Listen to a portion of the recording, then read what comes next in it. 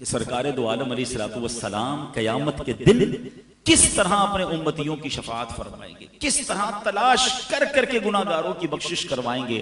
یعنی کتنا پیار ہے انہیں کہ اس دن جب ساری دنیا کے لوگ جمع ہوں گے سرکار دو عالم علیہ الصلوۃ والسلام کو اپنے امتیوں کا خیال ہوگا. نبی پاک کے بہت سارے کمالات، بہت سارے اوصاف ہم نے سنے ہیں، مگر آج پرٹیکولرلی شفاعت مصطفیٰ صلی اللہ علیہ وسلم، یہ کتنا بڑا انعام ہے اس امت پر. یہ نبی پاک پر بھی انعام ہے کہ ان کو قیامت کے دن کیسی عزت کا مقام عطا کیا جائے گا، ہم سنیں گے آگے بیان میں. اور پھر ہم گناہگاروں پر یہ کتنا بڑا احسان ہے کہ ہم اس نبی علیہ الصلوۃ والسلام کے امتی ہیں جن کو رب نے مقام محمود عطا فرمایا، جو شفاعت کبریٰ فرمائیں گے. آج سنتے جائیے اور ایمان تازہ کیجئے، اپنی محبت میں اور اضافہ کیجئے، اور آخر میں انشاءاللہ بیان کے میں یہ بھی بتاؤں گا کہ وہ کون سے اعمال ہیں اگر اس کو ہم اپنا لیں تو انشاءاللہ شفاعت کے حقدار ٹھہر جائیں گے. انشاءاللہ نبی پاک کی شفاعت ملنا مزید آسان ہو جائے گی. اب ذرا سنیے گا، حضرت حرب بن سریج رحمت اللہ تعالی علیہ فرماتے کہ ایک مرتبہ امام زین العابدین رضی اللہ تعالیٰ عنہ کے شہزادے امام محمد رحمت اللہ تعالی علیہ کی میں خدمت میں حاضر ہوا اور میں نے عرض کی، آل رسول ہیں امام زین العابدین کے صاحبزادے امام محمد، کہ اے پیارے امام، عراق کے لوگ کہتے ہیں کہ قیامت میں نبی پاک علیہ السلام شفاعت فرمائیں گے، ذرا یہ فرمائیے کیا یہ شفاعت حق ہے؟ سوال کیا ان سے. تو حضرت امام محمد کیا کہتے ہیں، خدا کی قسم شفاعت حق ہے. مجھے حضرت محمد بن حنفیہ نے حدیث بیان کی، انہوں نے مسلمانوں کے چوتھے خلیفہ مولا علی شیر خدا کرم اللہ تعالی وجہ الکریم سے یہ حدیث سنی ہے کہ نبی پاک علیہ السلام نے فرمایا میں روز قیامت شفاعت کرتا جاؤں گا یہاں تک کہ میرا رب مجھے فرمائے گا ارضیت یا محمد، یعنی اے پیارے محبوب کیا آپ راضی ہو گئے؟ میں عرض کروں گا ربی ارضیت، اے میرے رب میں راضی ہو چکا ہوں. سبحان اللہ، یعنی نبی پاک کی رضا اللہ کو محبوب ہوگی. اور سبحان اللہ پھر آگے جو کمال کا جملہ ارشاد فرمایا نا، یہ سمجھیے اس بیان کا عطر ہے. اگر آپ اس کو اس ٹیسٹ کو لے لیں گے نا آپ کی روح بھی آج خوش ہو جائے گی. حضرت حرب بن سریج فرماتے ہیں کہ امام محمد نے یہ حدیث شریف سنانے کے بعد فرمایا، اے اہل عراق، کیا تم یہ سمجھتے ہو کہ قرآن کریم میں سب سے زیادہ امید دلانے والی یہ آیت ہے؟ اگر میں اب آپ سب سے سوال کروں کہ قرآن کی وہ کون سی آیت ہے جو سب سے زیادہ امید دلاتی ہے، تو جنہوں نے کچھ قرآن ترجمے سے پڑھا ہے 99% وہ یہ جواب دیں گے کہ ایک آیت ہے جو گناہگاروں کے لیے بڑی امید والی ہے. وہ کون سی ہے؟ لا تقنطوا من رحمت اللہ. اللہ فرماتا ہے اللہ کی رحمت سے مایوس نہ ہونا، بڑی امید ہے اس میں. مگر امام محمد کیا فرماتے ہیں؟ کہتے نہیں، ہمارے نزدیک یہ نئی آیت نہیں ہے، بلکہ ہم تمام اہل بیت کا یہ متفقہ فیصلہ کہ سب سے زیادہ امید دلانے والی قرآن کی آیت یہ ہے جس میں رب نے ارشاد فرمایا وَلَسَوْفَ يُعْطِيكَ رَبُّكَ فَتَرْضَىٰ، اے محبوب ہم ان قریب تمہیں اتنا عطا فرمائیں گے کہ تم راضی ہو جاؤ گے. اچھا بڑی کمال کی بات ہے، اس میں تو سرکار دو عالم علیہ السلام کو عطا کیا جا رہا ہے نا، اس میں ہمیں کیوں خوش ہونا ہے؟ امت کے لیے کیا انعام ہے؟ اللہ اپنے حبیب سے فرما رہا ہے وَلَسَوْفَ يُعْطِيكَ رَبُّكَ فَتَرْضَىٰ، اے محبوب اب ان قریب تمہیں اتنا عطا فرمائیں گے کہ تم راضی ہو جاؤ گے. آپ کو پتہ ہے نبی پاک پر جب یہ آیت نازل ہوئی تو سرکار دو عالم علیہ السلام نے کیا فرمایا؟ آقا علیہ السلام نے اس کو فرمایا جب تک میرا ایک بھی امتی جہنم میں ہوا میں راضی نہیں ہوں گا. کہتے ہیں یہ آیت سب سے زیادہ امید دلانے والی ہے کہ رب نے اپنے حبیب کو راضی کرنے کا وعدہ فرمایا، اور حبیب پاک نے اپنی امت سے کیا وعدہ کر لیا کہ میں راضی نہیں ہوں گا جب تک میرا ایک ایک امتی میں جہنم سے باہر نہ نکال لوں. اے میرے پیارے اسلامی بھائیوں، اب ذرا غور کیجئے، دنیا میں اگر ہمیں کسی کو بلینک چیک دے دیا جائے کہ مانگیے کیا مانگنا ہے، آفر کوئی کرے کہ بتاؤ کیا چاہیے، تو ہمیں تو شاید اپنے لوگ یاد آئیں گے، اپنے گھر والے یاد آئیں گے، اپنے فیوچر پلانز یاد آئیں گے. اللہ نے گویا نبی پاک کو اس آیت میں بلینک چیک عطا فرمایا وَلَسَوْفَ يُعْطِيكَ رَبُّكَ فَتَرْضَىٰ، اے محبوب ان قریب تمہارا رب تمہیں اتنا دے گا کہ تم راضی ہو جاؤ گے. آقا اپنے لیے مانگتے، اپنی آل کے لیے، اپنی فیملی کے لیے. اے امتیوں ہم سے کتنا پیار ہے کہ نبی پاک فرماتے جب تک ایک ایک امتی جہنم میں ہوگا، جب تک ایک بھی امتی جہنم میں ہوگا میں رب سے راضی نہیں ہوں گا، یعنی میں اس کو جہنم سے نکال لوں گا. اے میرے پیارے اسلامی بھائیوں، شفاعت کے بارے میں عقیدہ کیا ہونا چاہیے یہ بڑا ضروری ہے. اپنا بلیف سمجھ لیں ایز اے مسلم. ہمارا شفاعت کے بارے میں ہمارا عقیدہ کیا ہونا چاہیے؟ یاد رکھیے کہ ہمارے پیارے آقا علیہ الصلوۃ والسلام قیامت کے دن شفاعت فرمائیں گے. آپ کی شفاعت قبول کی جائے گی، اس کا عقیدہ رکھنا یہ واجب ہے. ٹھیک ہے؟ شفاعت مصطفیٰ کا انکار کفر ہے. کیوں کفر ہے؟ کہ شفاعت کا جو انکاری ہے وہ قرآن کی آیتوں کا انکاری ہے، وہ حدیثوں کا انکاری ہے. کیونکہ قرآن میں واضح طور پر محبوب پاک کی شفاعت کا بیان ہے.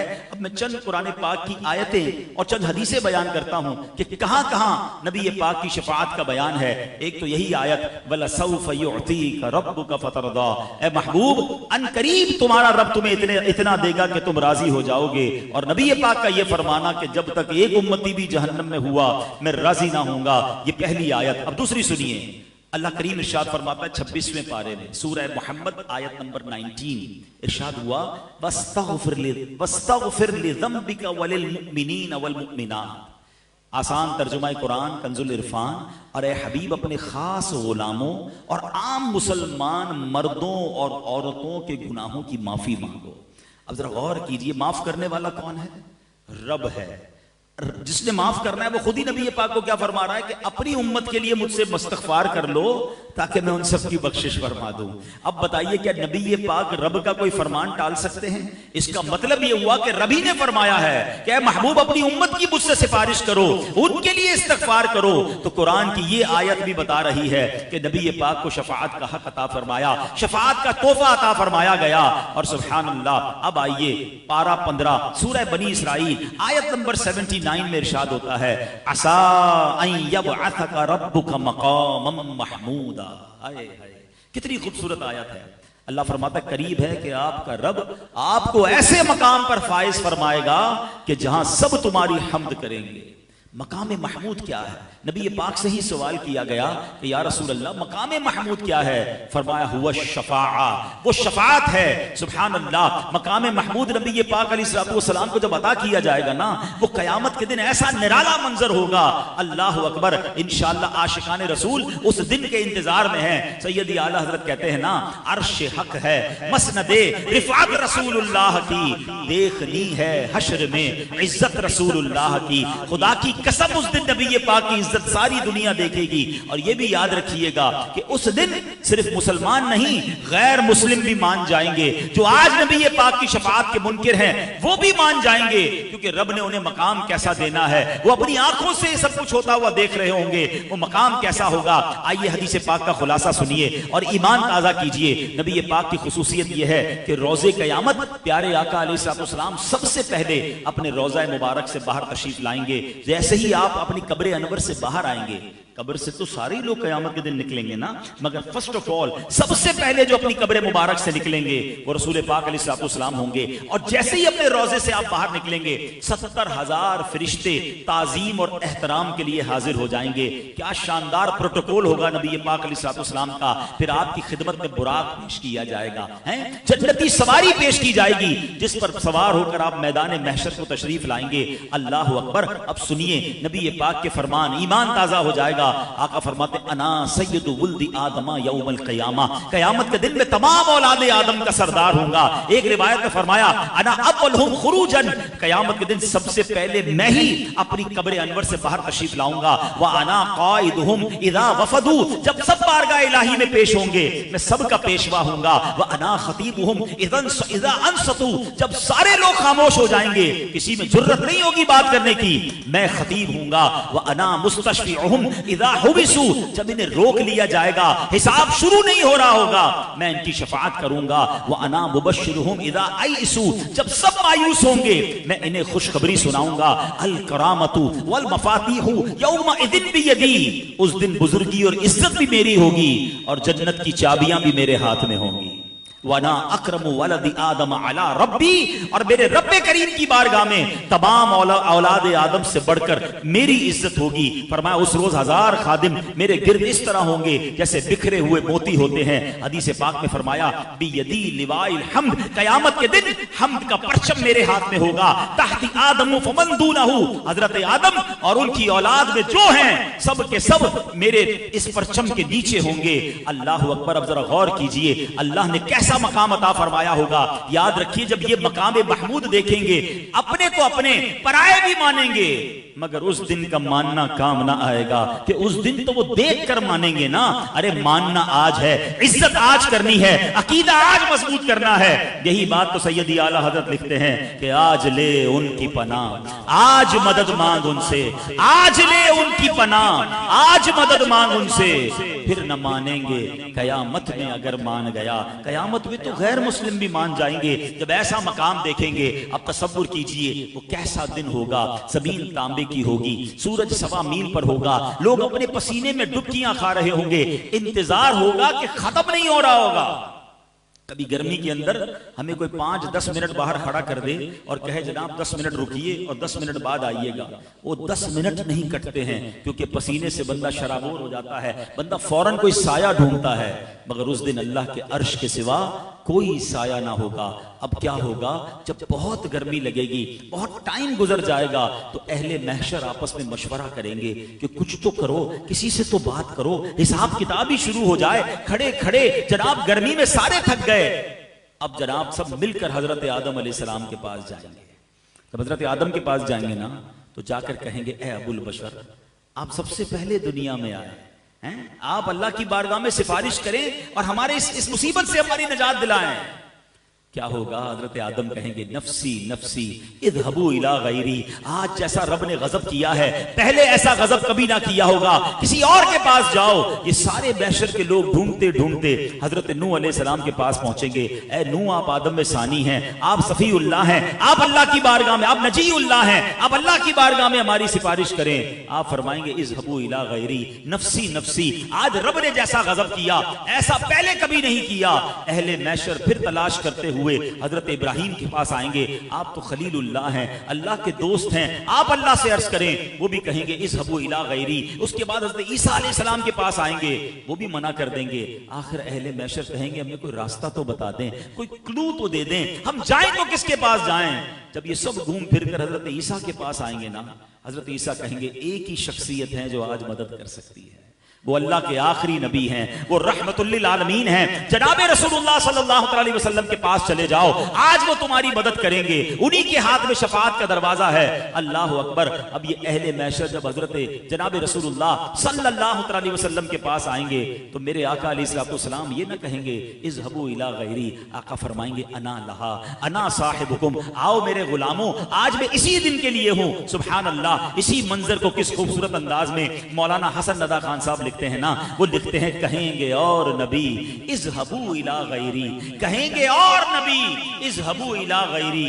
میرے حضور کے لب پر انا لہا ہوگا, میرے حضور کے لب پر انا لہا ہوگا.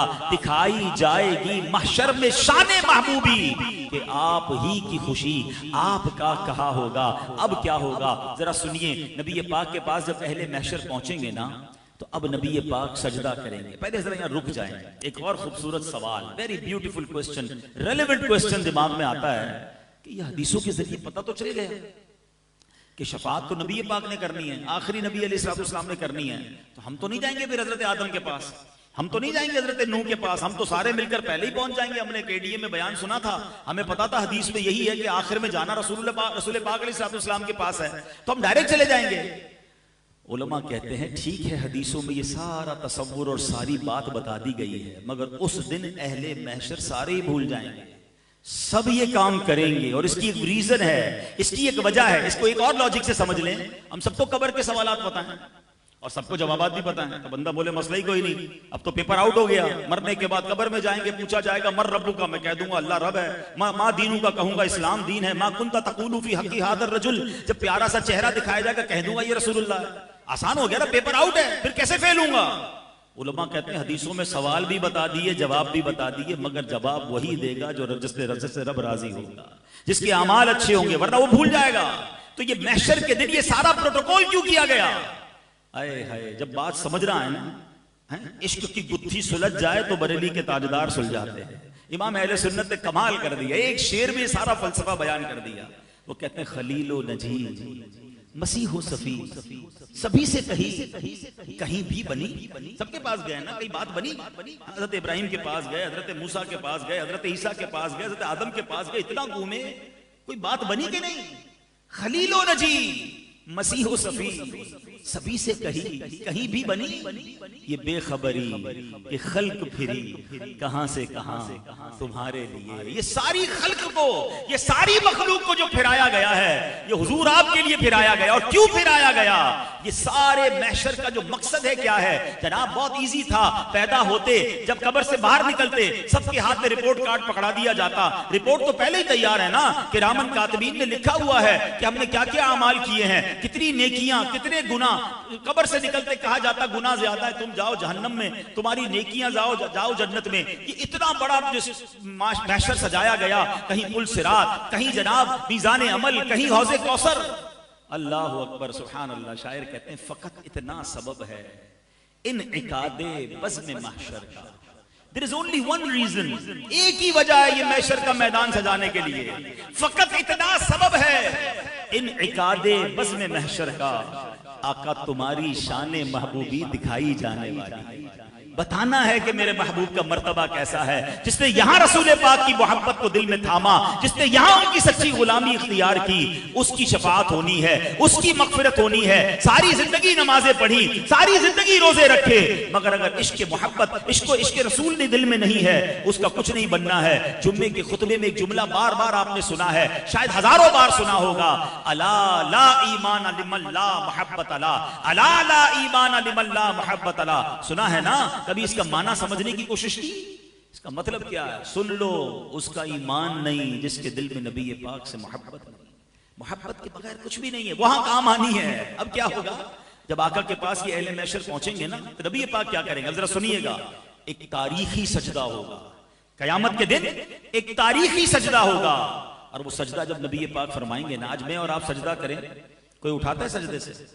پتہ جب نبی پاک سجدہ کریں گے نا تو رب کی طرف سے ارشاد ہوگا، ارفع راسک یا محمد، اے محمد اپنا سر اٹھائیے. کیسا پیار ہے اللہ عز و جل اور نبی پاک علیہ السلام. رب اللہ کی بارگاہ میں غمگین سجدہ ہوگا نا، امت کی فکر میں یہ سجدہ ہوگا، بڑا طویل سجدہ ہوگا. ارشاد ہوگا ارفع راسک یا محمد، اے محمد سر اٹھائیے.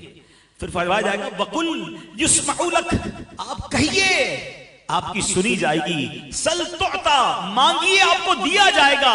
اشفا تشفا، آپ شفاعت کیجئے آپ کی شفاعت قبول کی جائے گی. اللہ اکبر. پھر نبی پاک علیہ الصلوۃ والسلام اپنے غلاموں کی شفاعت فرمائیں گے. اور کتنی شفاعت فرمائیں گے یہ آپ کو بتاتا ہوں، لیکن یہ شعر آپ نے کئی بار سنا ہوگا نا.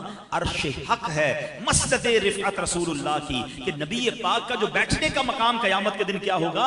وہ عرش الہی ہوگا. یہ ایسے ہی نہیں کہہ دیا سیدی اعلیٰ حضرت نے. آؤ روایت سنو. اللہ کریم کی بار روایتوں میں آتا ہے قیامت والے دن رب کریم نبی پاک علیہ الصلوۃ والسلام کو عرش اعظم پر بٹھائے گا. اگلے پچھلے سارے یہ فضیلت جان لیں گے اور سب کی زبان آپ کی تعریف میں مصروف ہو جائے گی. یہ وہ مقام محمود ہے جس کا قیامت کے دن رب نے قرآن میں وعدہ فرمایا. وہ کون سی آیت ہم نے سنی تھی؟ عسیٰ ان یبعثک ربک مقاما محمودا. قریب ہے کہ آپ کا رب آپ کو ایسے مقام پر فائز فرمائے گا جہاں سب تمہاری حمد کریں گے. اب آؤ میرے پیارے اسلامی بھائیوں، ہو سکتا ہے کسی کے دل میں آئے کہ شفاعت تو ہوگی مگر وہ تو نیکوں کی ہوگی، جو نبی پاک کے قریب ہوں گے ان کی ہو جائے گی. اربوں لوگ ہوں گے، ہمارا کیا بنے گا؟ اللہ اکبر. ایسے ہی نہیں، نبی پاک ہمارے اتنے پیارے آقا ہیں، ایسے امت کے غمخوار ہیں، ایسے فکر مند ہیں. سنو، نبی پاک علیہ السلام فرماتے ہیں مجھے دو باتیں، مجھے اختیار دیا گیا کہ دو باتیں ہیں، آپشن دیا گیا کہ یا تو آپ کی آدھی امت کو جنت میں داخل کر دیا جائے یا آپ شفاعت لے لیں. سنیے گا حدیث پاک. There were two options.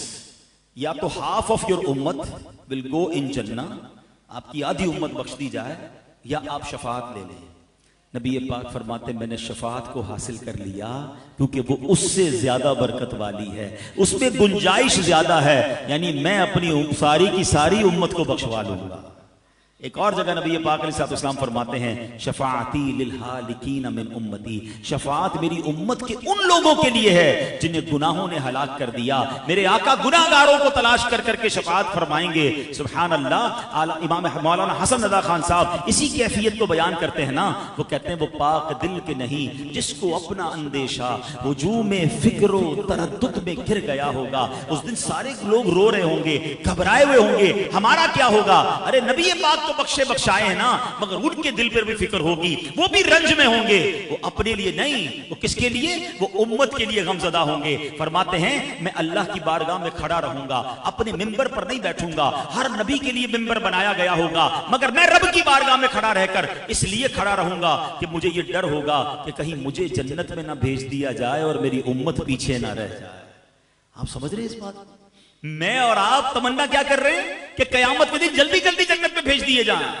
نبی پاک فرماتے مجھے یہ خوف ہوگا کہ کہیں مجھے جنت میں نہ بھیج دیا جائے، میری امت پیچھے نہ رہ جائے۔ اللہ اکبر۔ ایسا خیال تو ماں باپ بھی نہیں کرتے اپنے بچوں کا جو نبی پاک اس دن فرمائیں گے۔ یہی بات مولانا حسن رضا خان صاحب لکھتے ہیں کہ عزیز بچے کو ماں جس طرح تلاش کرے، ارے کسی کا ماں کا بچہ گم ہو جائے کیسے ڈھونڈتا ہے؟ عزیز بچے کو ماں جس طرح تلاش کرے، خدا گواہ یہی حال آپ کا ہوگا۔ ہزار جان فدا نرم نرم پاؤں سے پکار سن کے اسیروں کی دوڑتا ہوگا۔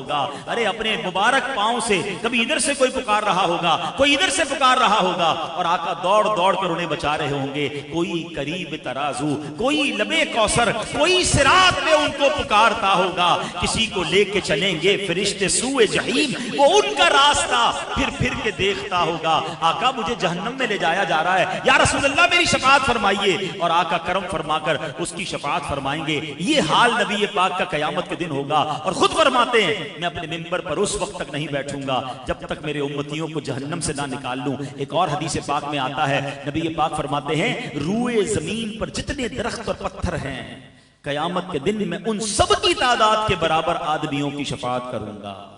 اتنی شفاعت فرمائیں گے، اتنی شفاعت فرمائیں گے۔ اللہ اکبر۔